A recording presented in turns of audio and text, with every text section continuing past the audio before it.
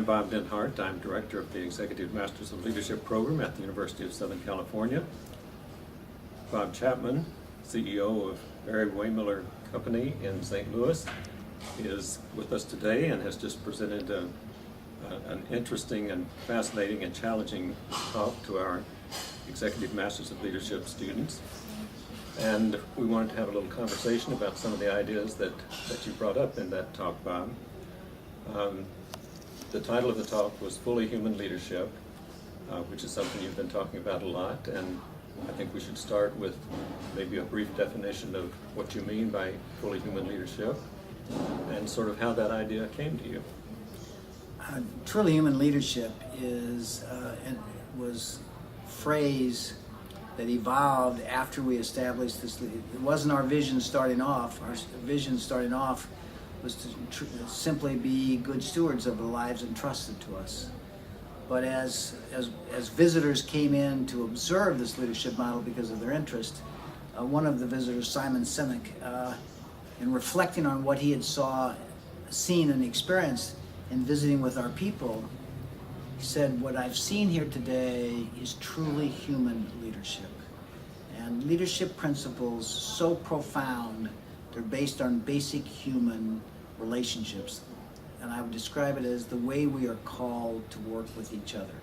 So if I had to kind of encapsulate the foundation of truly human leadership, it is from my education in undergraduate business school and graduate business school and my experience going into the business world, it was always about my success, my becoming knowledgeable enough to have a senior position, to be successful in life, and to be able to have the gift of knowledge and wisdom and experience to tell others what to do. And that is how I saw leadership prior to this experience. As we experienced these ideas that started coming together in the late 1990s into early 2000, and we started listening to our people, the impact, we began realizing that leadership was not about our success. Leadership was the profound responsibility we had over the lives upon which our leadership gave us an opportunity to touch. And it completely reversed my sense from my education and the world I experienced, what leadership should be.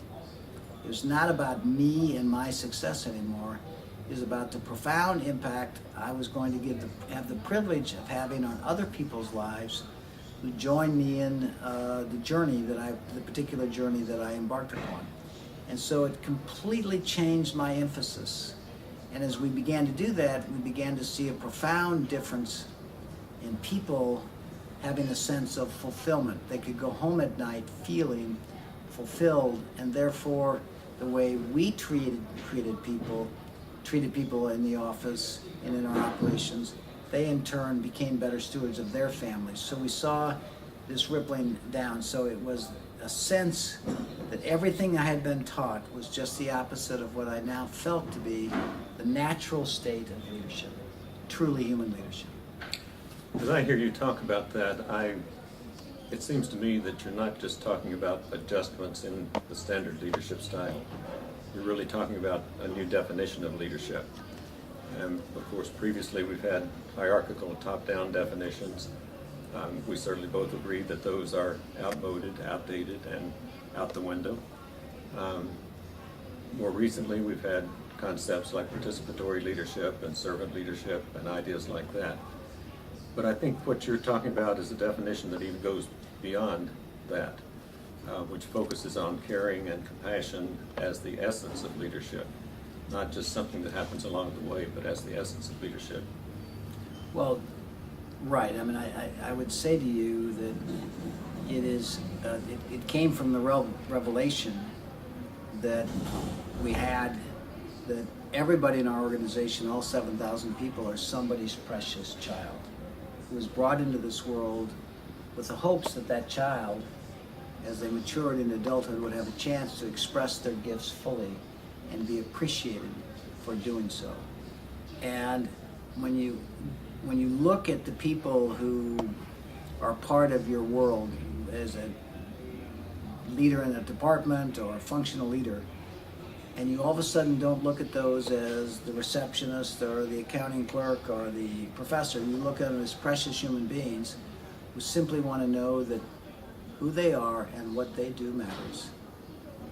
You realize you can release the skills of people, release the joy in people by allowing them to be who they're meant to be towards a common inspirational purpose. We call it people, purpose, and performance. It starts with understanding that leadership profoundly affects the people under our influence around an inspiring purpose, and then we have to perform.